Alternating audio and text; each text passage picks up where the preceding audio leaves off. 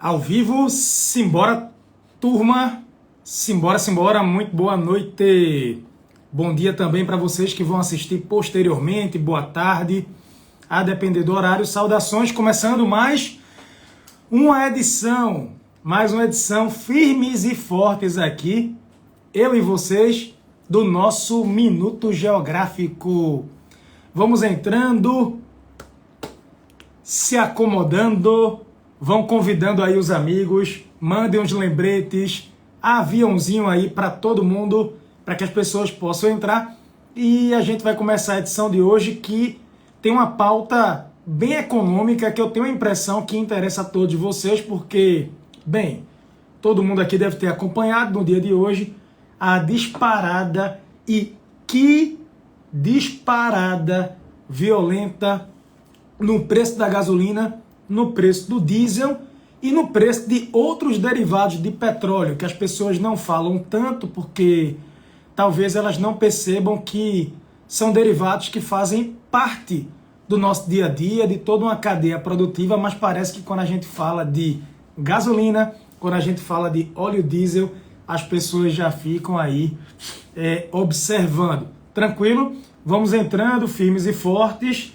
Lembrando a vocês que esse vídeo vai ficar disponível depois, gravado aqui no Instagram, e ele também vai ficar disponível no YouTube. Quem ainda não fez a inscrição no YouTube, aproveita e faz depois de assistir a essa aula, porque no YouTube a gente vai produzir e nós vamos postar semanalmente conteúdos daqui do Instagram e conteúdos também que vão ser exclusivos para o YouTube. Beleza? Tranquilo? Todo mundo pronto aí? Todo mundo preparado? Olha, eu queria agradecer. Recebi hoje muitas perguntas inteligentes e essas perguntas me ajudaram assim, gente, muito. Me ajudaram bastante a montar o Minuto Geográfico de hoje. O nível intelectual de vocês realmente muito bom. A gente tem uma audiência aqui qualificada. Lógico, tem algumas besteiras também. Tem gente que insiste em brigar nos comentários e também algumas pessoas que escrevem um monte de baboseira. Mas veja, no contexto geral, para o público que a gente tem aqui, queria dizer a vocês que realmente eu estou bem satisfeito. Beleza? Tranquilo. Já temos aqui 1.400 pessoas conectadas. Que coisa boa, que audiência sensacional. Vamos ver se a gente consegue hoje chegar aqui a 2.000 pessoas. Eu tenho com certeza muita coisa para conversar com vocês. Eu vou tirar agora os comentários, tá certo? Para que a gente possa realmente se concentrar no propósito, que é realmente o aprendizado. Eu vou já pegar o celular aqui para mostrar alguns mapas, algumas coisas bem interessantes que eu tenho certeza que vocês realmente também vão gostar. Beleza? Marate, meu irmão, um cheiro, saudade, amigo. Estamos juntos e vamos simbora. Pessoal, seguinte, bem, hoje a gente recebeu a notícia aqui no Brasil que vai ter um reajuste, já foi decretado pelo governo, né? No caso, a Petrobras anunciou um reajuste nos preços dos derivados de petróleo. Notadamente, as pessoas de cara pensam logo na gasolina e também no óleo diesel, porque se a gente voltar um pouco para trás e com quanto eu abasteci o meu carro, impressionante. Eu estava conversando com Patrícia há pouco, quanto a gente gastava para abastecer. Basicamente, mais que dobrou. Então, assim, a conta cada vez mais cara, e a gente sabe que quando os combustíveis ficam mais caros, quando a energia fica mais cara, o custo de vida no contexto geral vai dar uma disparada significativa. E aí o pessoal pergunta, mas João, o Brasil é um grande produtor de petróleo. Vê, eu estou com um gráfico aqui, calma que eu vou mostrar para vocês, que tem assim, 10 países do mundo produzem 72% do petróleo. É muito concentrado. 10 países, se você juntar os 10, Estados Unidos, Arábia Saudita, Rússia, Canadá, China, Iraque, os Emirados Árabes Unidos. O Brasil, ele está no meio. O Brasil, na participação mundial, se eu pegar os dados aqui 2020, 2021, o Brasil tem uma participação de 4%. Aí muita gente fica, que absurdo. O Brasil tem muito petróleo, nós achamos muito petróleo também naquela camada que a gente chama de pré-sal. A Petrobras é uma empresa muito boa. A Petrobras é pioneira no mundo na extração de petróleo em áreas profundas. Então, o Brasil tem tecnologia própria. Nós temos extração de petróleo em áreas profundas. O Brasil tem muita mão de obra qualificada. Então, como é que pode isso? Primeiro ponto que é estranho é que o Brasil, em tese, tem petróleo suficiente, mas o Brasil não é considerado autossuficiente nos derivados. Então, se alguém disser, o Brasil tem muitas reservas de petróleo, o Brasil tem um pré-sal, tem a bacia de Campos, tem a bacia Potiguar, enfim, o Brasil não para de ter novas descobertas de novos campos de petróleo. Mas a grande questão é que o Brasil é autossuficiente na commodity, no petróleo cru, no petróleo bruto, mas nós não temos a capacidade instalada de refino suficiente para quê? Para atender a demanda nacional. E um outro detalhe importante também é que o Brasil ele exporta, o Brasil ele manda para fora o óleo cru, notadamente o óleo pesado, e o Brasil compra o óleo leve, que a complexidade para o refino ela é, digamos assim, diferente, e nós compramos também derivados. Para quem não sabe, o Brasil compra no mercado externo óleo diesel. O Brasil compra o combustível final também no mercado externo. Então, tudo isso vai ter um impacto aqui na cadeia global. Se a gente for contextualizar também, tem um ponto que é o seguinte, presta muita atenção direitinho. Vê bem, hoje, no pós-pandemia, presta bem atenção, no pós-pandemia, nós estamos na pandemia, mas lembrem, o mundo passou um tempo que, gente, fechado. As economias fecharam por conta da pandemia, você teve aquela questão do passe sanitário, toda essa complexidade. Aí o que é que vai acontecer? Durante a pandemia, durante a fase mais grave da pandemia, a produção foi diminuída. A produção no mundo, a produção de petróleo e a extração diminuiu. E por que diminuiu, professor? Porque não adiantava você ter uma extração acelerada e a economia ela estava meio que o quê? Paralisada. E mesmo com a retomada econômica, a OPEP, para quem não sabe o que é a OPEP hoje deve ter o quê? Mais ou menos 13 países. A OPEP é a Organização dos Países Exportadores de Petróleo. A OPEP ela ainda não voltou à sua capacidade original de produção pré-pandemia. Então, durante a pandemia, houve o que, gente? Uma desacelerada na produção e nessa retomada, os níveis de oferta, a oferta de petróleo, os níveis não voltaram ainda à normalidade. E a procura por petróleo, atenção, a procura por petróleo, o que, gente? Explodiu. A procura explodiu, porque havia uma demanda reprimida. Vocês podem perceber que a inflação está comendo no centro, muito do que a gente consome ficando mais caro, o celular está mais caro, o computador está mais caro, os carros, o preço dos automóveis, tem automóvel que você vai comprar agora e eles vão entregar para você no final do ano. A depender se for um Tesla, eles entregam, sei lá para 2023. Então, restrição de oferta é um ponto. Aumento da demanda. Só para dar uma ideia a vocês, o preço do barril do petróleo chegou a encostar, baixou, hoje baixou, ontem também teve uma queda acentuada, mas o preço do barril chegou a ultrapassar $130. $130. Então, foi um aumento significativo. Se eu pegar janeiro para cá, o preço do barril teve uma variação aí de 60%, 70% no intervalo de menos de um semestre. Então, tudo isso tem uma questão aí significativa. Outro ponto também que eu queria conversar com vocês, que é o seguinte, pensa comigo, a gente compra o óleo leve, também no mercado externo. Nós compramos alguns derivados. E o preço do barril do petróleo é muito relacionado ao dólar. A gente sabe que o dólar deu uma diminuída em relação ao real, uma desvalorizada. O dólar hoje fechou a praticamente, vamos colocar 1 para 5. 1 para 5, o dólar chegou aí a quase R$6. Mas ainda assim, se a gente comparar o desempenho do real, que é a nossa moeda, com o desempenho de outros países emergentes, comparando com o dólar, nos últimos tempos, não é o retrato de agora, nos últimos tempos, então, o real é uma moeda consideravelmente o que, gente, desvalorizada.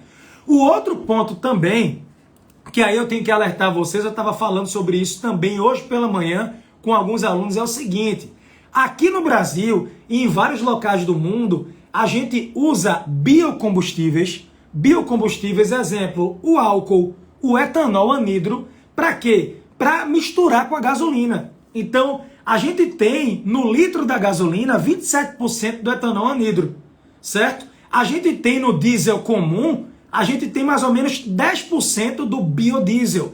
E esses biocombustíveis que são misturados à gasolina, são misturados ao diesel comum, certo? Eles estão ficando mais caros. Os biocombustíveis estão mais caros, eles são usados na gasolina, são usados no diesel comum. Há essa mistura de 27% do álcool anidro, do etanol, desses 10% mais ou menos, isso pode variar do biodiesel em relação ao diesel comum. Então, se os biocombustíveis ficam mais caros, isso também vai impactar no preço final, tá? A soja, vocês devem ter acompanhado isso, a soja que é usada no biodiesel, ela também está mais cara. Ela também está mais cara, seja pela procura, você tem a procura, seja também pelas secas, pela estiagem. Isso pode ter gerado algum problema pontual nas safras. Então, se perguntar assim, João, eu estou assustado, o preço da gasolina no Brasil disparou, o preço do diesel também. Deixa eu explicar para vocês, não é só no Brasil. O preço da gasolina está batendo topo histórico também nos Estados Unidos. Eu tenho recebido aqui um monte de foto pelo WhatsApp. O preço da gasolina, do gás natural, do diesel na Europa, tudo deu a disparada. A Petrobras, ela estava segurando o aumento, e vamos falar uma verdade aqui, há uma complexidade porque nós estamos em ano eleitoral, então sempre que há eleição em jogo, como na França também, o Emmanuel Macron, inflação é algo que pode influenciar em todo o processo. A Petrobras, ela não vinha repassando o aumento diariamente, semanalmente, quando veio esse boom. Importante dizer também um ponto para vocês. Desde 2016, atenção, desde 2016, a Petrobras, ela passou a praticar, atenção, bora ver se a gente chega a 2.500 pessoas, pode ser? Já passamos folgadamente de 2.000. Vê, aula de qualidade, beleza? Quem quiser pro Big Brother pode ir também. Quem quiser um vídeo de 1 minuto com dancinha, Petrobras, fazendo aqui aquele negócio, eu não gosto não. Aqui é aula de verdade. Desde 2016, a Petrobras passou a praticar o preço de paridade internacional, PPI. Preço de paridade internacional. O que é que significa? Se o preço do petróleo flutua no mundo, o preço do combustível aqui no Brasil também vai flutuar, porque nós acompanhamos o preço internacional. Por que a gente acompanha, professor? Já disse para vocês, a economia do Brasil não é uma bolha. O Brasil é conectado com o cenário internacional. Perfeito? Tranquilo? Segundo ponto, o Brasil tem petróleo suficiente, mas o Brasil não tem o mais importante. O Brasil não consegue o refino total, autônomo, sem a conexão com o estrangeiro. Então, de certa forma, o processo acaba sendo por si só um pouco, que gente, dolarizado. Ah, professor, outra coisa também. Muitas das refinarias do Brasil, elas são antigas, elas de certa forma não operam na capacidade máxima, algumas delas podem ser consideradas o quê? Obsoletas. Tudo isso pode o quê? Praticar, então, impactar. Olha o que eu vou dizer para vocês. A importação de derivados de petróleo vai influenciar no preço dos combustíveis. Para atender a demanda do diesel, vocês que têm carro, caminhão, enfim, ônibus, por exemplo, a gente precisa trazer o diesel de quê? De fora. Então, a Petrobras, desde a época do governo do Michel Temer, ela acabou com essa história de controlar preço. Ela disse, o petróleo agora vai ter um valor livre, vai ser alinhado ao mercado internacional, se subir lá fora, sobe aqui também. Mas, João, por que o petróleo está subindo tanto lá fora? Eu já disse, mas eu vou repetir. Aumentou a demanda pelo petróleo. A demanda pelo petróleo aumentou. Pós-pandemia, pós-fechamento. As economias reabriram. Então, há uma corrida por energia. Segundo ponto, a OPEP, ela ainda não normalizou a produção dela. A produção da OPEP, ela ainda não está na carga do dragão que tem poder. Na carga máxima, no Hadouken, no Hollywood. Então, restrição de oferta.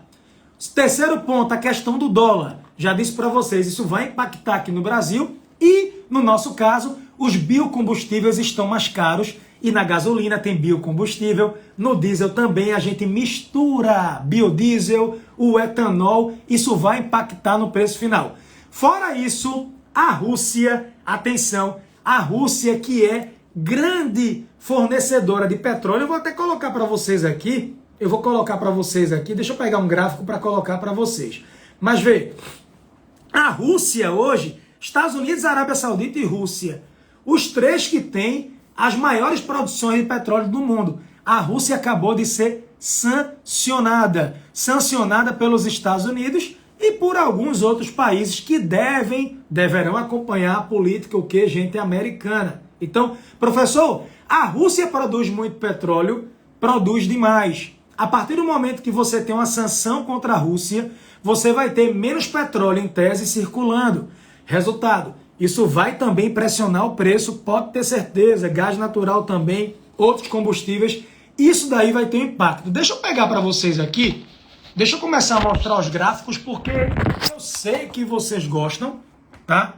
Eu sei que vocês adoram os gráficos. Olha, esse gráfico daqui é da Al Jazeera e ele mostra aqui, ó, 10 países do mundo produzem 72% do petróleo mundial. Vê que ponto interessante. Estados Unidos, Arábia Saudita, Rússia, Canadá, China, o Iraque, os Emirados Árabes, olha o Brasil, o Irã, o Kuwait. Veja, o Brasil é top petróleo.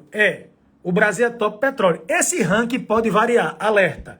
Depende muito de quem está avaliando, esse ranking pode variar, mas o Brasil é top. Mas lembrem, o Brasil produz muito petróleo, o Brasil tem grandes reservas de petróleo, mas o Brasil ele não é, como eu disse para vocês, autossuficiente nos derivados. E olha esse gráfico aqui, meu irmão, que gráfico arretado. A Rússia, ela aparece como o segundo maior exportador mundial de petróleo. Segundo maior exportador. Olha a quantidade de países aqui que a Rússia vende o quê? Petróleo. Olha, 48 países em 2019, 48 países compraram petróleo bruto da Rússia. Aí, de repente, os americanos decidem o quê? Embargar o petróleo da Rússia, sancionar o petróleo russo.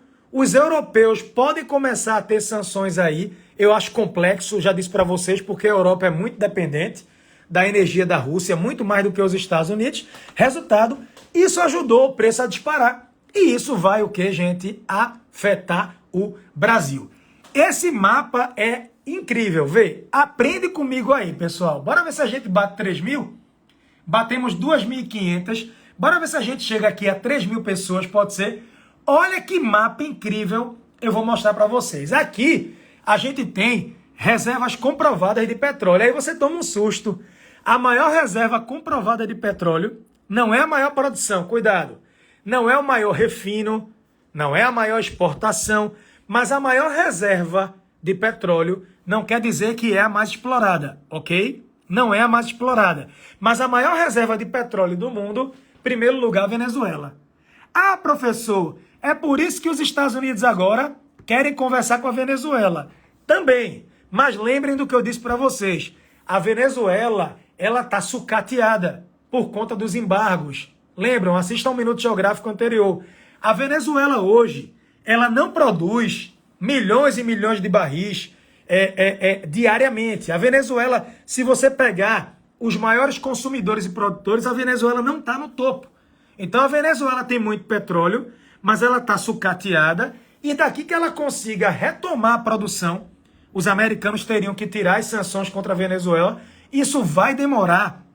Isso não é, pessoal, de uma hora para outra. Então, esses gráficos aqui da Al Jazeera, eu digo para vocês, sem medo de errar, eles são, assim, sensacionais, ok? Eu quero muito que vocês possam ter essa oportunidade de observá-los aqui. E aqui, olha, o preço do petróleo Vejam o preço, ó. Rússia ataca a Ucrânia. Estão vendo que a geopolítica é importante? Estão vendo? Olha na pandemia o preço do petróleo, olha. Olha na pandemia o preço do petróleo. Lá para março de 2020. Estão vendo aqui? Perceberam? Olha, em dólares. Estão vendo? Agora, olha o preço do barril do petróleo com a Rússia atacando a Ucrânia. Estão vendo? A geopolítica, o mercado, tudo isso, pessoal, pode influenciar o processo. Absolutamente tudo isso pode influenciar o processo. Tranquilo? Entenderam direitinho? Quem entendeu, mete coração aí, por favor. Deixa eu pegar aqui o negócio para mostrar para vocês, tá? Quem entendeu, coloca um coração aí para eu sentir assim, ah, João, a gente entendeu, tá tudo tranquilo, tudo bacana mesmo, que coisa boa. Eu fui didático, fala a verdade. Eu fui didático com vocês? Fui. Beleza? Pessoal, deixa eu contar uma coisa para vocês. Deixa eu até levantar para contar uma coisa para vocês aqui. Hoje de tarde, eu postei uma oferta de emprego aqui no Instagram. Mas não foi qualquer oferta de emprego, um negócio surreal. Se você sabe mexer com armas e preferencialmente fala mais de uma língua e você já foi do Exército ou da Marinha ou da Aeronáutica, você pode conseguir um emprego para trabalhar na Ucrânia, ganhando assim coisa de mais de 10 mil, mais de 30 mil num dia. Impressionante, é um trabalho arriscado demais. Você sai daqui, você vai para a Ucrânia trabalhar na guerra. Professor, o que é que faz? E aí eu peguei uma enquete, eu fiz uma enquete, né? Perguntei quem é que iria? Quem é que iria na Ucrânia trabalhar? Muita gente colocou que sim. Eu acho que a enquete ficou meio que, meio a meio. Teve gente que mandou no direct, professor, eu quero ir hoje. Professor, como é que eu faço? Eu digo, calma, eu não sou da empresa não. Não é assim não. Mas qual é a ideia? Seguinte, presta atenção. Presta atenção. Famílias ucranianas, milionárias, bilionárias, elas querem sair do país em segurança. Não dá mais para sair de avião.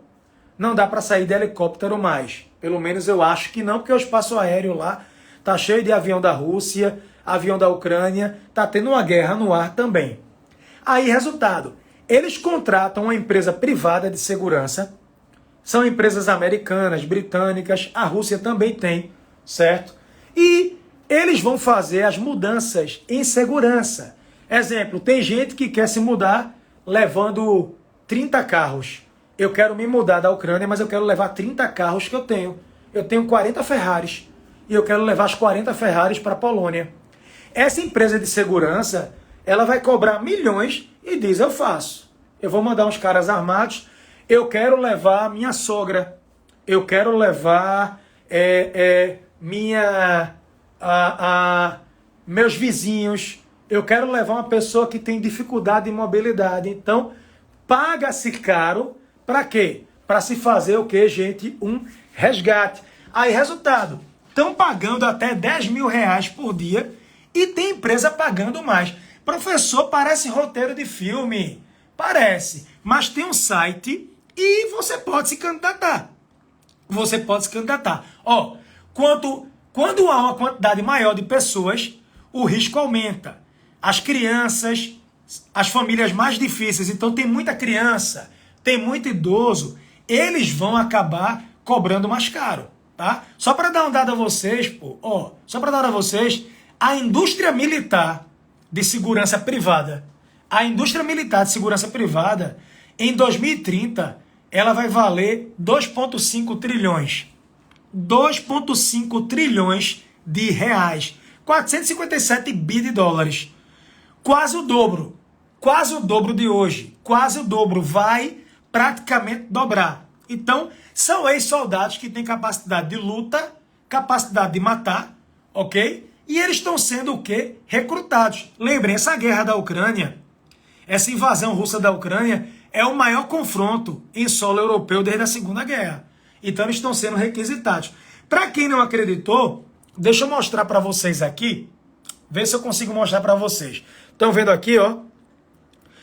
Trabalho de extração e proteção.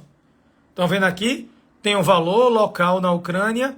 E aí você entra no site, você vai concorrer a uma vaga. E é verdade, você coloca o seu currículo. Você coloca o seu currículo. Professor, isso é para lutar contra a Rússia? É? Não. Isso não é voluntário para lutar contra a Rússia. Isso daqui são pessoas que querem trabalhar para famílias, empresas. Exemplo, imagina, eu tenho uma empresa e eu quero proteger meus documentos. Eu vou contratar o quê? Um ente privado. Pronto, lembram de Moreno? Moreno que estava no hotel, jogador de futsal. Pronto, no hotel que Moreno estava, tinha segurança na porta. Tinha uns caras armados. Aquilo é segurança o quê? Privada. Outro exemplo. Pronto. Vai todo mundo entender agora. Suponha, eu tenho 4 hotéis na Ucrânia. E eu fugi da Ucrânia, fugi da guerra, mas eu tenho 4 hotéis lá. Eu tô com medo de voltar um dia e não ter mais meus hotéis. Eles foram, sei lá, invadidos, saqueados. Aí o que é que o pessoal faz? Ele vai contratar a empresa privada. Enquanto ele estiver fora, os seguranças vão tomar conta o quê? Dos documentos, do patrimônio. Tem gente que tem ouro em casa, ouro, dólar, carros, e quer proteger. Professor, são mercenários. Eles não gostam de ser chamados assim, mas de alguma forma já se usa assim esse termo de forma significativa, tá? Fiquei triste hoje.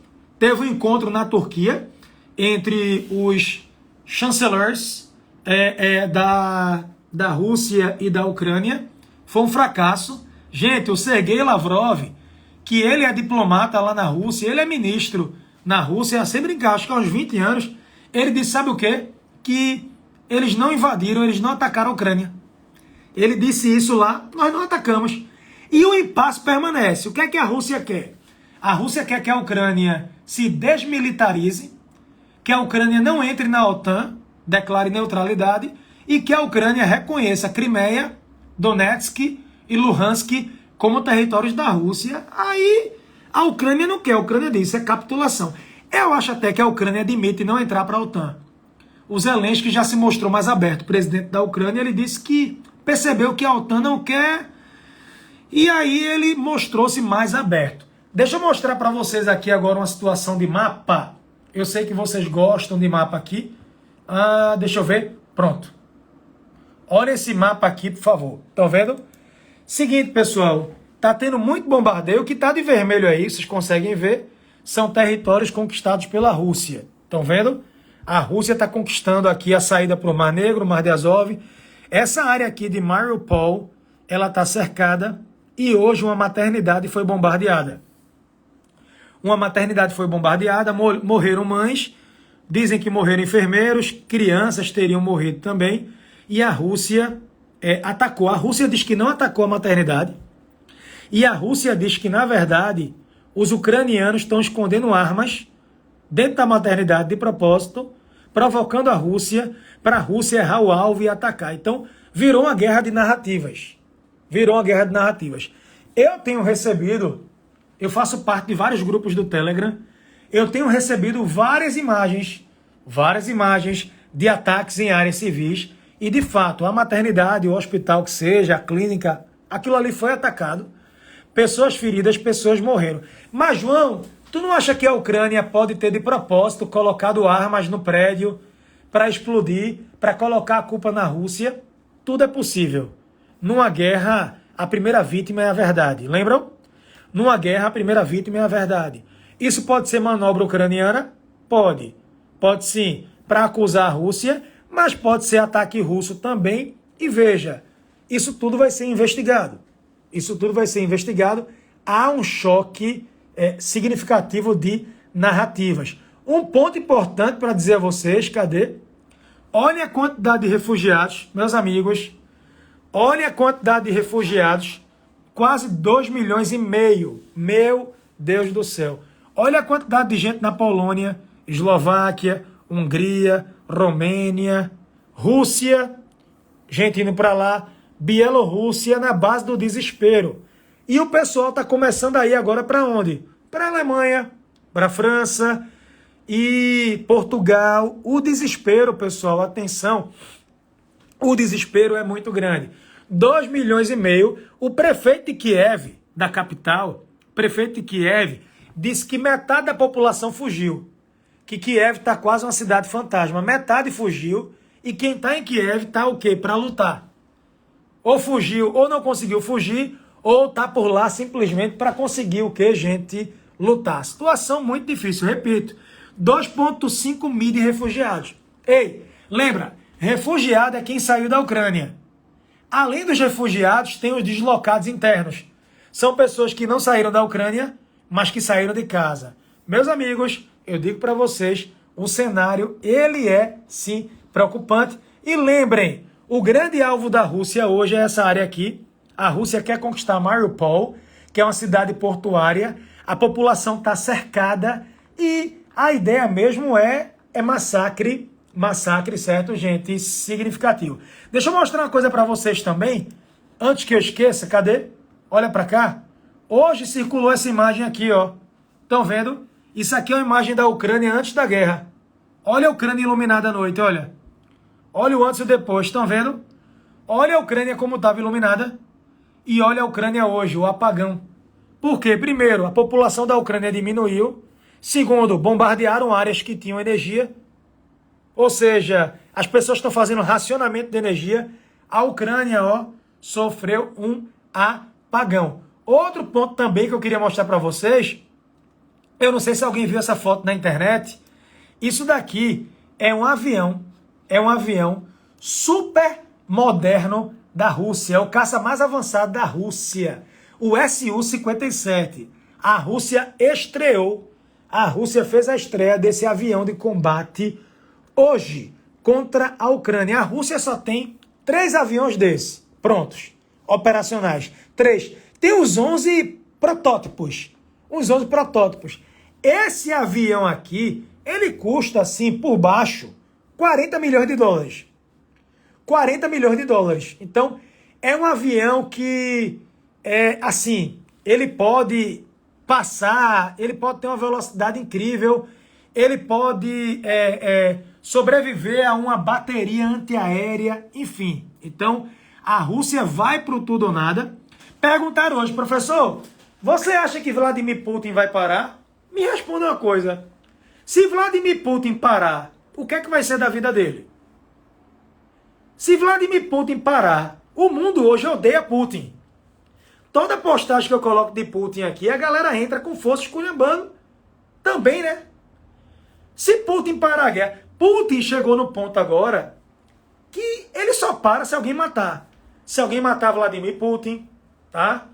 Se ele morrer, se ele tiver com uma doença terminal, ou não vai parar. Ou ele não vai parar, ou se ele for preso, tá? Porque se Putin parar agora, primeiro, eu disse para vocês aqui, eu falei isso há uma semana, qual é o país que vai receber Vladimir Putin? Qual é o país? Ele vai para a China, mora lá? Vai para a Bielorrússia? Entende? Ele é persona não grata no cenário geopolítico e diplomático internacional. Eu não vejo perspectiva. Pode ter um cessar-fogo, pode ter uma distensãozinha, uma desescalada, mas acabar o conflito 100%, eu não vejo esse cenário. Inclusive, saiu a notícia agora, a OTAN está fazendo um exercício militar com 30 mil soldados. 30 mil soldados da OTAN. 30 mil. E sabe quem está participando? Noruega, Suécia, Finlândia. Saiu uma pesquisa hoje dizendo que boa parte da população da Suécia, eu vou checar, e da Finlândia, a população quer que os países, eles aceitam a entrada para a OTAN.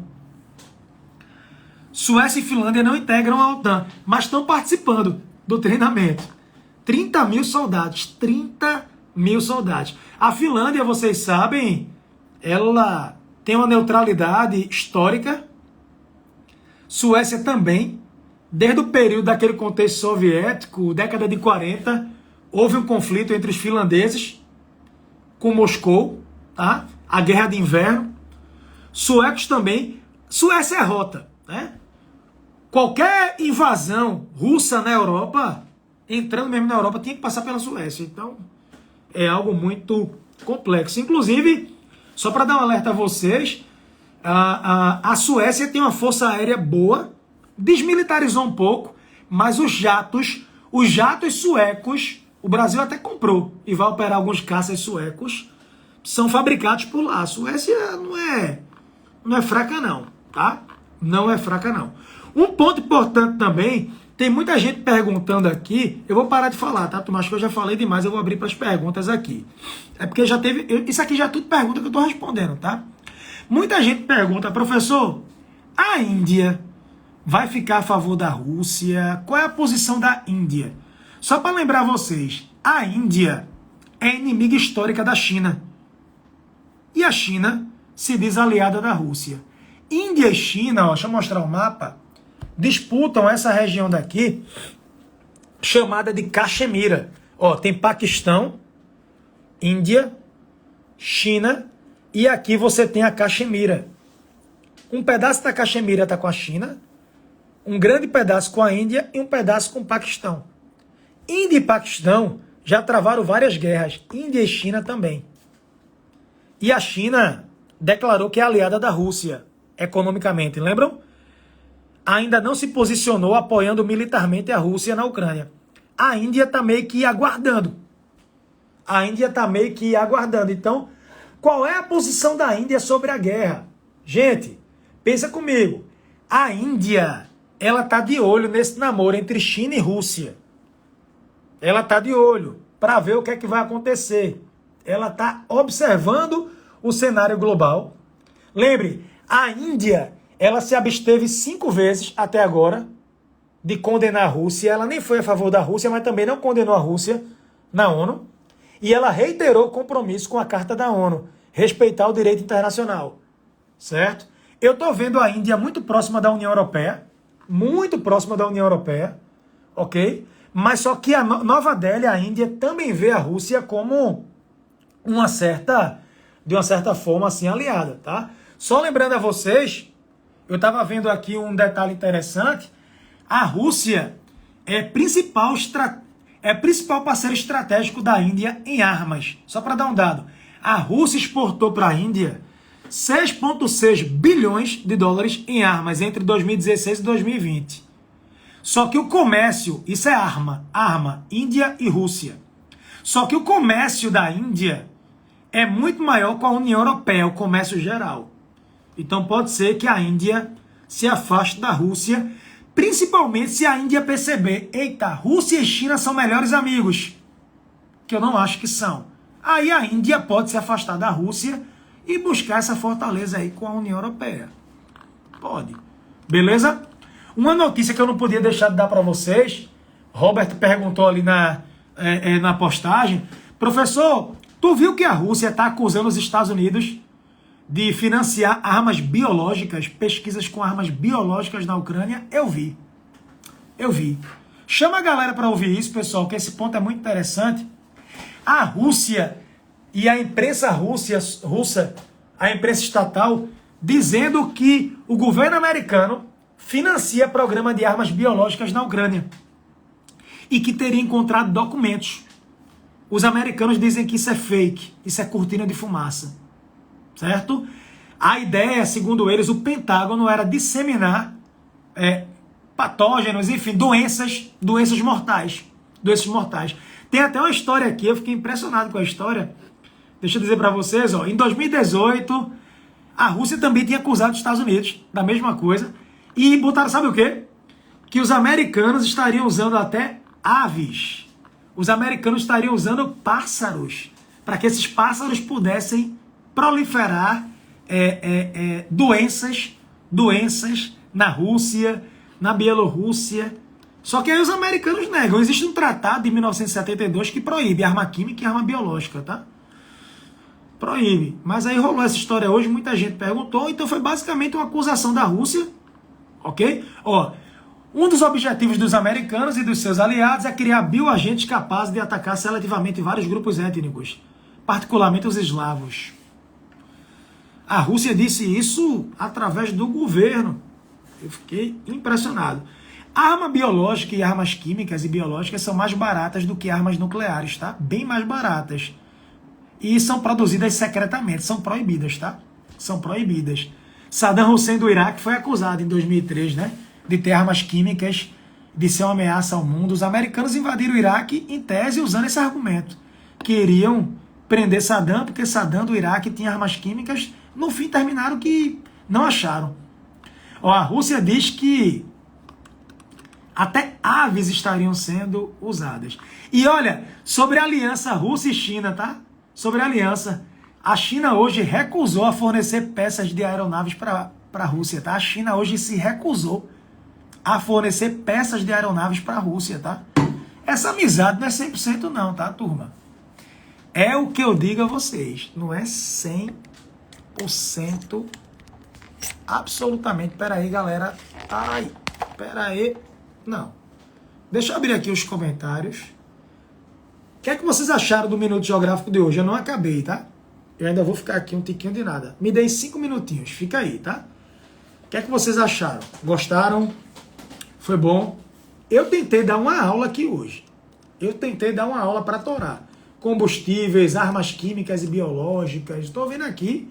Bateu tudo. Índia. A Índia vai apoiar a Rússia? Possivelmente não. Rússia, aliada da China, está desconfiada. Mas são parceiros. Índia e Rússia, falei sobre isso aqui.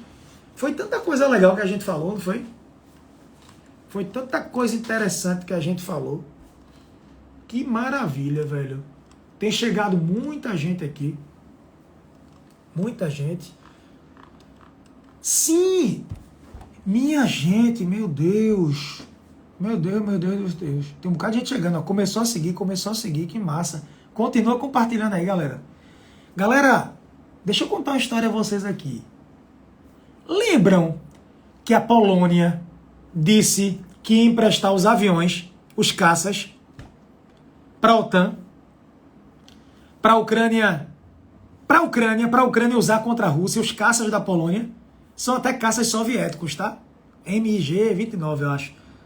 28 caças. A Polônia ia ceder 28 caças, aviões. E aí os americanos disseram que não queriam. Sabe por quê? Isso é uma declaração de guerra. A Ucrânia disse, ó...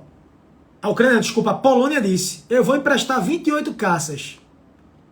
Aí os americanos disseram, ó... é melhor não. Porque isso pode ser uma declaração de guerra. Os americanos vetaram. Se a Polônia manda caças, é o equivalente a entrar na guerra. E a gente está querendo desescalar? Querendo desescalar? Entendeu? E aí a Polônia disse, eu quero emprestar os aviões. Aí os americanos, Polônia, isso é declarar guerra. Tu quer que a Rússia entre aí também? Aí a OTAN vai ter que entrar, porque a Polônia é da OTAN. Imagina a confusão. Estão religando a energia de Chernobyl. Estão religando. Estão religando a energia de Chernobyl. Professor, a Índia é uma potência. A Índia está se preparando para ter a maior população do mundo, né? Vai superar a China. Tem grande economia. A Índia é uma potência. Potência. E olha que é um país ainda muito rural. Ainda tem muitas áreas rurais, pouco avançadas. A Índia tem polo tecnologia Bangalore. A Índia tem muito estudante estudando fora. Exemplo, tem um bocado de indiano na Ucrânia estudando medicina. Tinha, né? Em Londres, eles vão para fora, estudam e voltam. Muito forte a Índia. Muito forte. Quando essa guerra acaba, não acaba por agora. Pode até ter um cessar-fogo.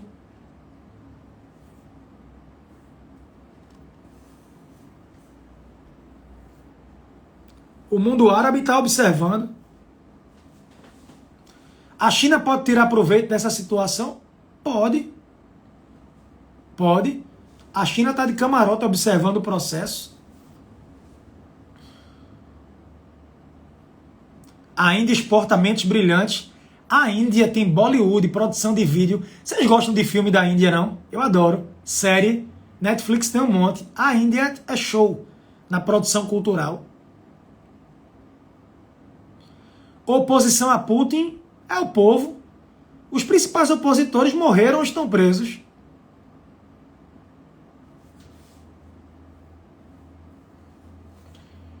Obrigado, Rafa. É um propósito, é uma missão. Situação de Chernobyl eu já disse. Suécia aceitou entrar para a OTAN? Não. Suécia, gente, se a Suécia for entrar para a OTAN agora, meu Deus do céu, tá doido, gente.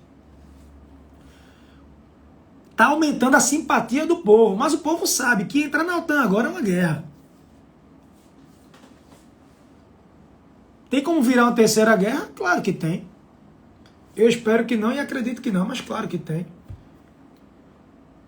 O Brasil pode lucrar com essa guerra? Pode. O Brasil pode suprir a demanda de alguns metais, de algumas commodities, o Brasil pode ganhar. A gente está preocupado com fertilizante, a gente tem 3 meses de estoque ainda.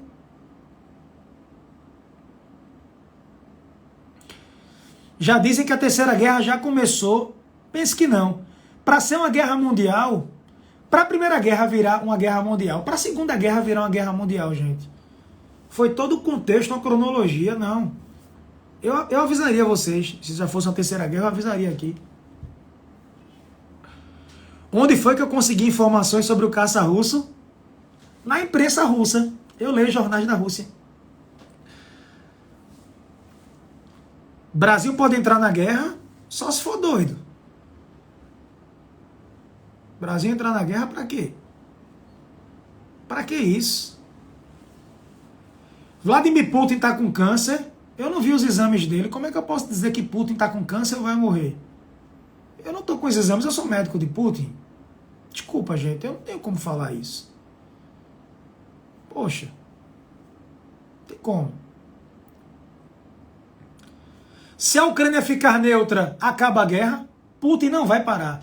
A Ucrânia ficar neutra, daqui a 2, 3 anos a Rússia vai lá de novo e a Rússia não vai parar.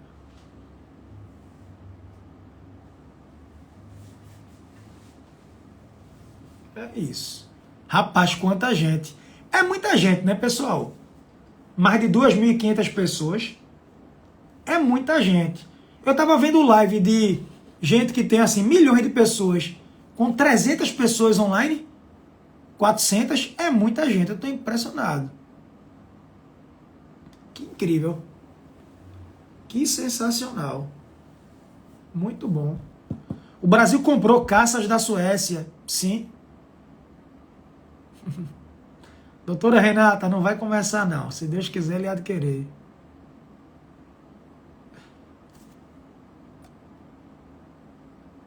Não, César, eu falei que é loucura o Brasil entrar militarmente agora. Se transformasse numa guerra de panorama mundial, é outro cenário. Eu vou ter que fazer outra live para falar disso. Eu espero não chegar nessa live, tá?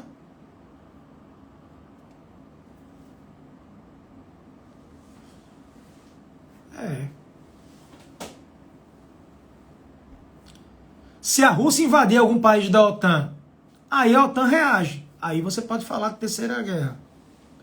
Demanda por urânio vai crescer. Vai. Alguém investe em urânio aqui? Tá disparando o preço. Deixa eu ver o preço do urânio aqui, rapidinho. Tinha disparado. Deixa eu ver. Deixa eu pegar um ETF do urânio aqui. Preço do urânio.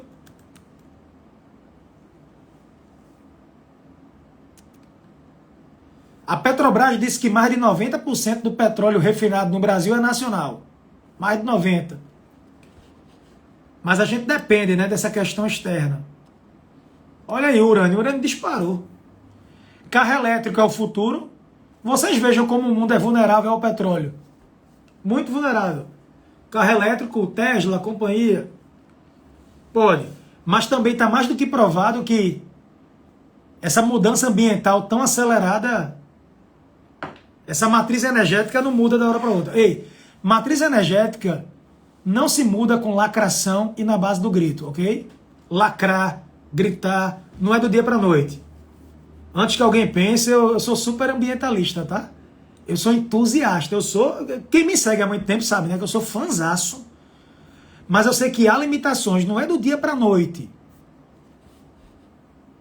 Se eu tenho cripto, eu tenho que dizer o que eu tenho aqui.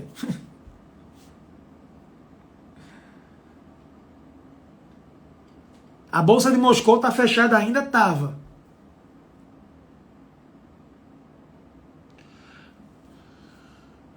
Tem muita pergunta sobre o futuro. É engraçado, as pessoas perguntam. Oi, Ângela. Obrigado, Ângela. Professora. Carro elétrico, tem a bateria níquel, tem a questão do chip. Síria e Iêmen estão em guerra? Estão. Sim. Guerra civil, caos. O dólar vai subir, não tem como adivinhar. Se eu soubesse, eu estaria multimilionário. Eu tô com cara de multimilionário? Sejam sinceros, eu tenho cara de multimilionário? Olha pra cá. Tenho.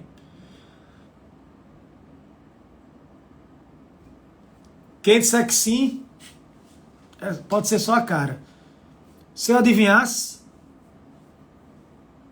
absolutamente,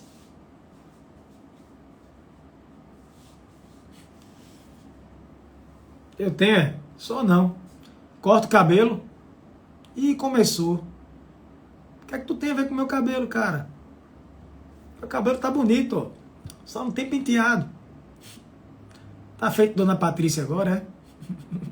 Mandando eu cortar o cabelo, caba. Venezuela pode ser fortalecida? Pode. A Venezuela pode reatar os laços com os Estados Unidos. Mas a Venezuela não tem capacidade de substituir a Rússia agora no mercado de petróleo. Não tem estrutura para isso. Tem petróleo, mas não tem estrutura para isso. Será que o povo russo consegue derrubar Putin? Sei não. Como é que eu posso determinar? Mas os protestos podem aquecer. Ó, não tem mais Coca-Cola lá, McDonald's não tem, Burger King, Visa, Mastercard, não pode mais viajar para a Europa. Pressão vai ser grande. Onde é que Zelensky está escondido? Que pergunta, gente. Ele está em Kiev. Agora o lugar que ele está, eu sei lá. Que pergunta eu vou saber. O batalhão de Azov tem relações com o neonazismo. Sim. A gente falou disso já. Engraçado, eu vou contar uma coisa para vocês. Tem gente que vem chegando agora. Sejam todos muito bem-vindos. Aí, por uma live, já quer determinar a posição de João. Tem que assistir. Eu estou gravando há um tempão aqui. Tem 190 aulas aqui já. Eu já falei sobre isso da Ucrânia aqui. É isso. Putin pode ser deposto, já falei que pode. É isso. Eu tô revoltado? Tô nada. Tô feliz da vida. O dia foi massa. Foi maravilhoso. Eu tô direitinho. Eu tô só um pouquinho cansado, gente. Eu tô um pouquinho cansado porque pra gente gravar... Posso conversar um pouco com vocês aqui? Posso? Acho que eu posso parar um pouquinho, né? Para preparar esse ao vivo, eu passo 2, 3 horas aqui fazendo análise. Entendeu? Aí eu tô um pouquinho cansado, mas eu tô feliz. Tô feliz. Final de semana tá chegando e tal. Eu queria até fazer uma pergunta a vocês. Bora domingo fazer um Minuto Geográfico no YouTube? Quem topa domingo?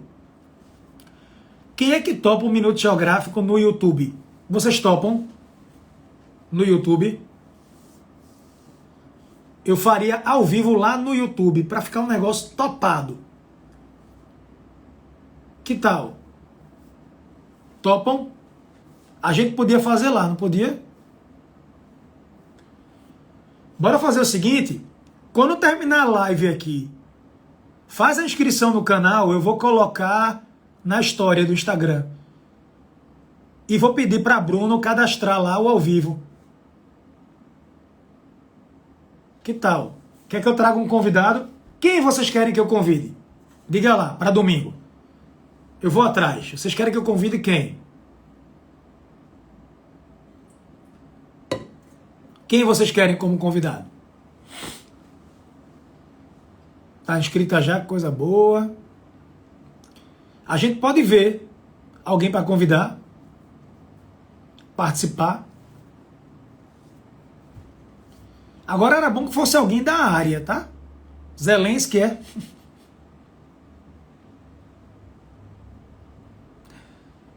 Anderson fez com ele agora. A gente fez live. A gente fez umas duas. Tem que ser alguém diferente. Putin. Turma, bora fazer o seguinte. Bora. Posso pedir a vocês uma coisa? Posso? Posso pedir? Eu vou postar agora aqui no feed. Eu quero que todo mundo compartilhe na história esse Minuto Geográfico de hoje, para o pessoal conhecer meu trabalho. Coloca um comentário legal do que achou. E depois vai para o YouTube fazer a inscrição. Fechou? Bateu? Quero todo mundo comentando. Bora ver se a gente bate aí 500 comentários. Por que, João? Tu é carente, é? De comentário? Não, é porque o Instagram, ele só entrega se muita gente comentar e curtir e compartilhar. É o Instagram. É só por isso. Valendo? Vou colocar agora e depois vai pro YouTube. Fechou? Paz de Cristo. Saúde e paz. Deus abençoe vocês. Tamo junto.